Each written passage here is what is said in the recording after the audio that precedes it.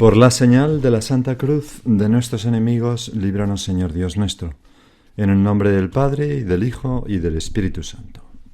Señor mío y Dios mío, creo firmemente que estás aquí, que me ves, que me oyes.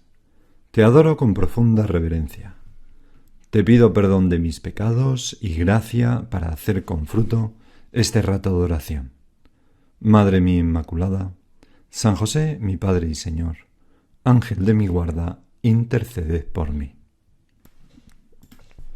Hay una expresión típica de Jesús que es el reino de los cielos. El reino de los cielos sale muchas veces en el Evangelio. Hay también una película de Ridley Scott que protagonizan Liam Neeson, Jeremy Irons, Orlando Bloom, y que va de las cruzadas y se llama así, El reino de los cielos. Pero no tiene mucho que ver con lo que quiere decir Jesús.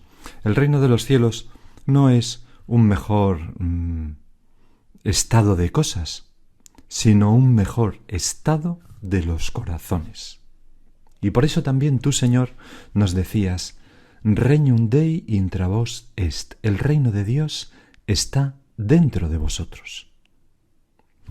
Con esto no estamos queriendo decir que sea un calorcillo, algo sentimental, un consuelito para los cobardes que no enfrentan la vida con toda su maldad, o que sea un conjunto de actos externos. No.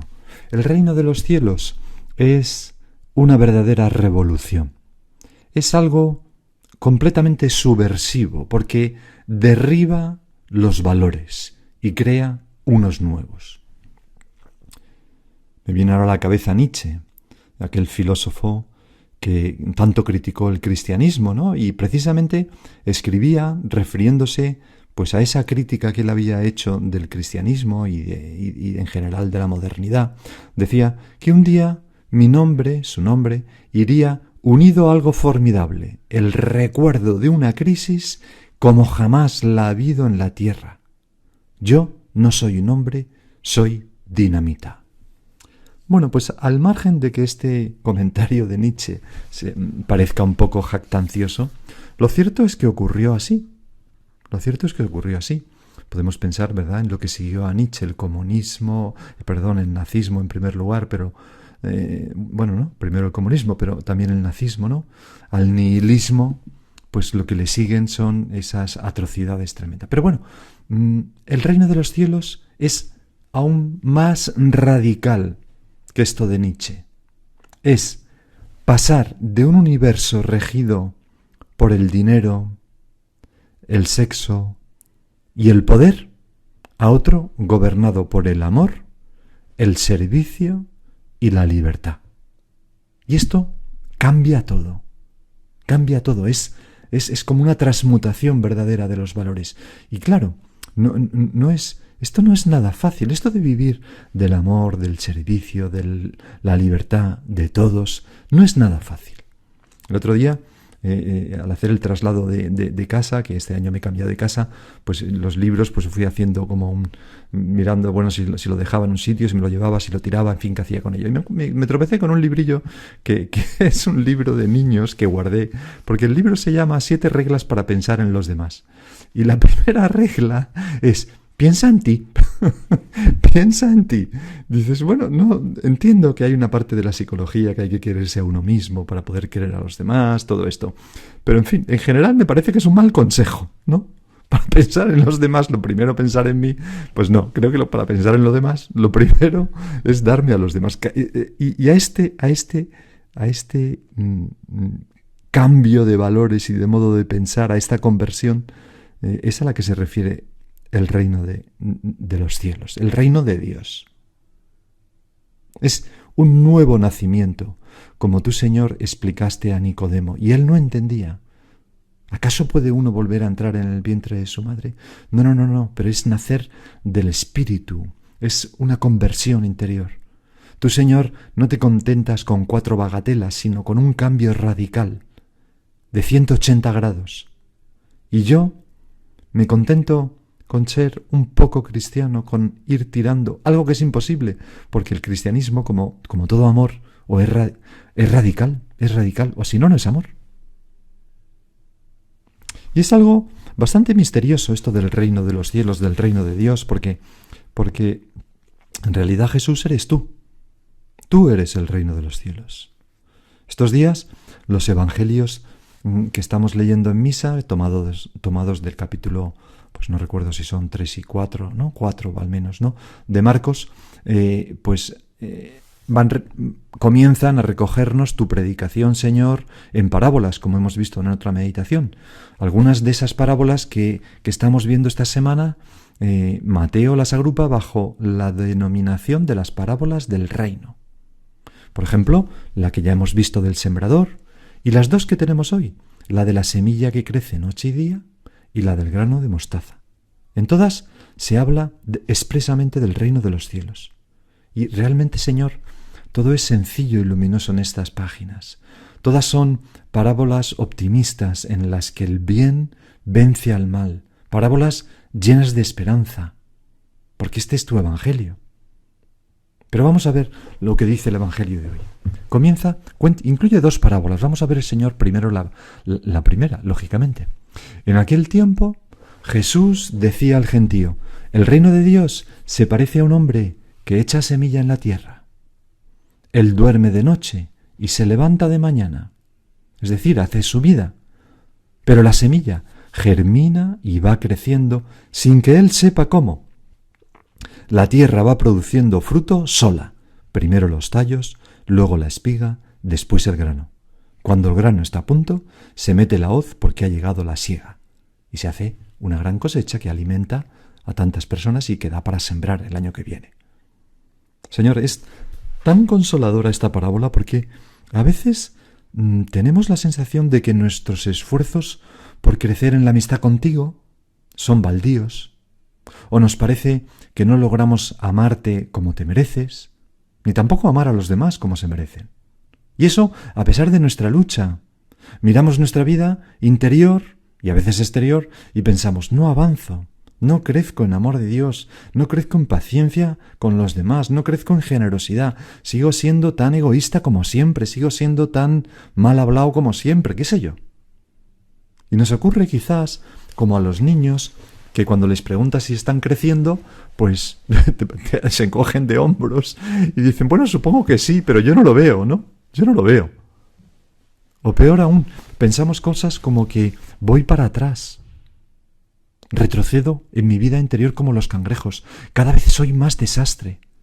Que en realidad lo único que expresan es que nuestras pupilas se están dilatando por el amor y vemos con más claridad nuestros pequeños fallos que antes. Pero bueno, en cualquier caso, esta parábola de Jesús nos dice: no es verdad. La semilla de la gracia de Dios está actuando en la tierra de tu alma y lo está haciendo por su propio poder que viene de Dios. El reino de Dios, el reino de la gracia, crece lentamente y lo hace ya duermas o ya veles. Es decir, a pesar de ti, noche y día, esa semilla va germinando y va creciendo sin que tú sepas muy bien cómo, y poco a poco producirá en tu alma frutos de santidad y de apostolado. Primero unos tallitos, quizás me levanto temprano, lo consigo y hago un rato de oración, o callo en esta conversación y no critico, o soy puntual para empezar a trabajar o a estudiar o lo que sea. Luego, después del tallito, aparece la espiga, y es decir, ya pues me acuerdo de Dios todo el día, con la presencia de Dios, ya no me enfado tanto, me alegro incluso con las contradicciones de poder ofrecerlas, y después el grano, frutos de santidad, el amor a la cruz, el amor a los demás y la entrega generosa y de apostolado, acercamos las almas a Dios. Todo eso ocurre lentamente, por tanto, paciencia, y alegría, y optimismo, y esperanza.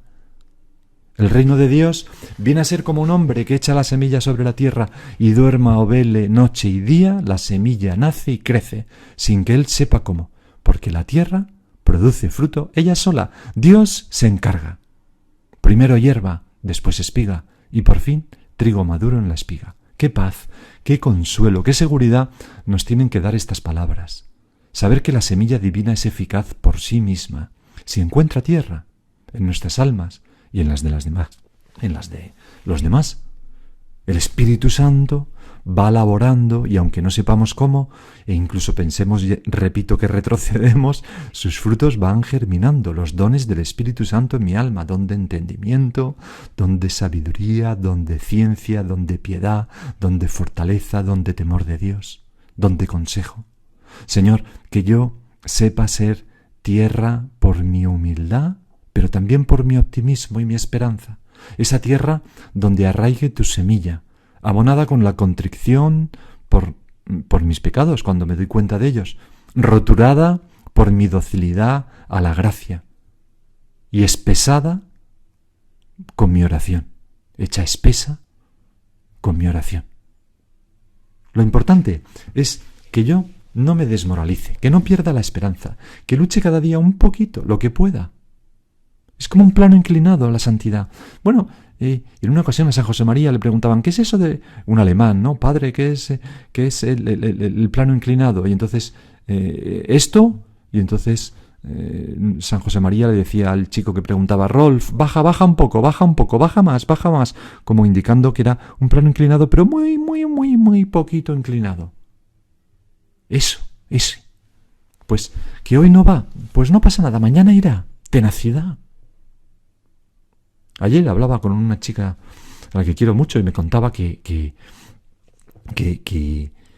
estaba, hace tiempo que nos conocemos y que hablamos, y entonces me contaba que dice, es que estoy, don José, como en primero de cristianismo. Fíjate que después de años me he dado cuenta de lo importante que es rezar todos los días. No de vez en cuando, sino todos los días, orar todos los días. La semilla germina y va creciendo sin que él sepa cómo. Primero los tallos, tal. Señor, dame constancia, perseverancia, porque entonces veré grandes cosas, veré el grano. Y aquí entra la segunda parábola del Evangelio de hoy. Dijo también Jesús, ¿con qué podemos compartir el reino de Dios?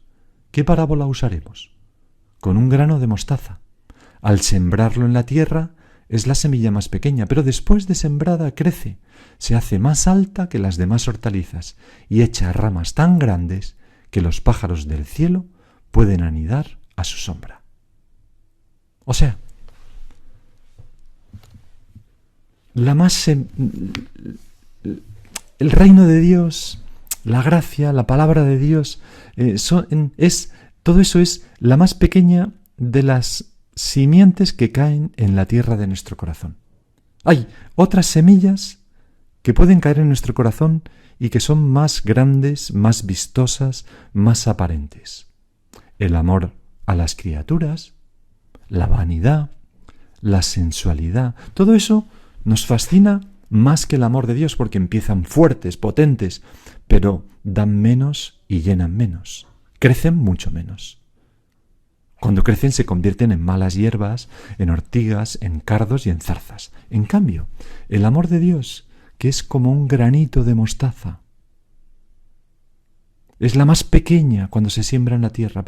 Habla bajito, no grita, pero después de escucharla y de sembrarla en nuestro corazón, va creciendo y creciendo sin que nosotros sepamos cómo.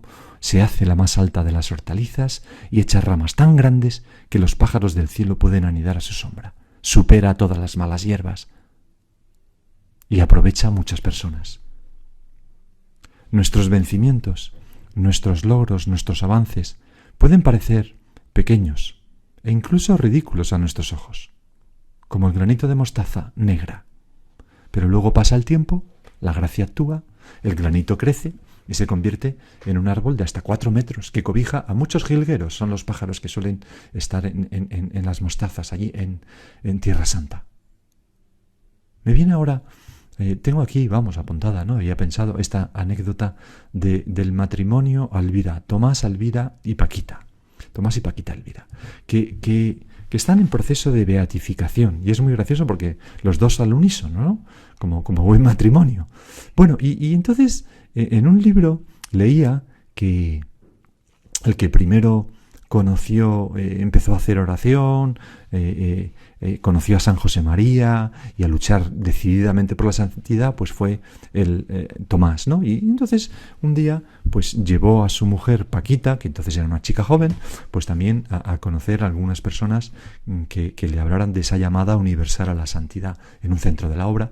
Y cuando volvió por la noche, pues le preguntó: ¿qué tal, Paquita? ¿Qué has hablado con alguna persona? Sí, ella está hablando con Menganita y me ha dado unos consejos. ¿Y qué te ha dicho?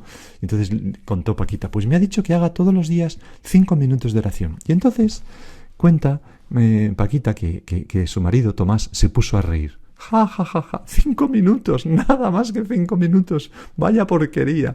Y a ella le ofendió un poco. Y pues sí, pues me ha dicho que 5 minutos. Bueno, el caso es que en aquella media broma, ¿no?, que no tuvo, ella empezó a hacer 5 minutos de oración. Y ahí comenzó ese proceso que ha acabado en que ahora está en proceso de beatificación. Tuvieron por el camino 9 hijos, a los que educaron cristianamente, algunos de ellos sacerdotes, etcétera, etcétera, etcétera. Al final, aquellos 5 minutos, como el granito de mostaza negra, se hicieron un árbol potente de 4 metros que cobijó a muchos pájaros, ya digo, 9 hijos y tantos amigos. Y ella en proceso de beatificación. Es decir, que el centro de esta parábola, Señor, es la antítesis entre la pequeñez de la semilla y su florecimiento al final de los tiempos. Y es que el reino de Dios siempre está empezando en mi alma y también en el mundo. La Iglesia siempre será grano de mostaza. San Jerónimo decía: la predicación del Evangelio es la más humilde de las teorías intelectuales. Esta doctrina, desde el comienzo mismo, parece absurda cuando predica que un hombre es Dios, que Dios muere. El escándalo de la cruz sigue asustando a todos. Bueno, pues no importa. Jesús nos dice: ten fe, no te desanimes, persevera, los vencedores seguirán venciendo, y tú y yo igual. Señor, que no avanzo, que estoy siempre igual. ¿A quién hago bien? ¿Qué puedo contra el ambiente? Pues puedes todo, eres dinamita, porque tienes dentro de ti el granito de mostaza, lleno de la fuerza de Dios. Y si procuras poner de tu parte, igual que yo, he de hacer lo mismo, naturalmente, Señor, si procuramos poner de nuestra parte lo poco que podemos para ser lo más fieles posible, nos convertiremos en árboles de ramas grandes bajo las que se cobijan muchas almas. En realidad, pienso ahora, Jesús, estas parábolas son un autorretrato tuyo. Tú, Señor, verdaderamente eres la semilla, el grano de mostaza, ese granito enterrado en la tierra, crucificado y sepultado. Escándalo para los judíos, necedad para los gentiles, pero para nosotros fuerza de Dios, decía San Pablo. Y luego ese granito de mostaza enterrado en la tierra, en la resurrección, espanta a los soldados y llena de luz a millones de hombres. Tú eres ese granito de mostaza enterrado en nuestros sagrarios. Pequeñito, en silencio, y sin embargo, cuánta luz, cuánta energía, cuánta fuerza encontramos quienes nos acercamos a rezar delante tuya. Quien verdaderamente te encuentra ha descubierto la alegría. Quien se decide a amarte ha empezado ya a vivir en el reino de Dios. Pero siempre con el estilo del reino de Dios, que es la paciencia. Decía en una ocasión Benedicto XVI: aquí se oculta también una tentación, la tentación de la impaciencia, la tentación de buscar el gran éxito inmediato, los grandes números. Estaba hablando de la evangelización, ¿verdad? De la nueva evangelización de Europa, de América, etc. Y la ley del éxito inmediato, de los grandes números, y no es el método del reino de Dios. Para el reino de Dios así como para la evangelización, instrumento y vehículo del reino de Dios, vale siempre la parábola del grano de mostaza, que tú y yo hemos meditado hoy. Nueva evangelización significa no contentarse con el hecho de que el grano de mostaza haya crecido, de que del grano de mostaza haya crecido el gran árbol de la Iglesia Universal, ni pensar que basta el hecho de que en sus ramas puedan anidar aves de todo tipo, sino actuar de nuevo, valientemente, con la humildad del granito, dejando que Dios decida cuándo y cómo crecerá. Pues vamos a acudir a nuestra Madre la Virgen. También ella, ¿no?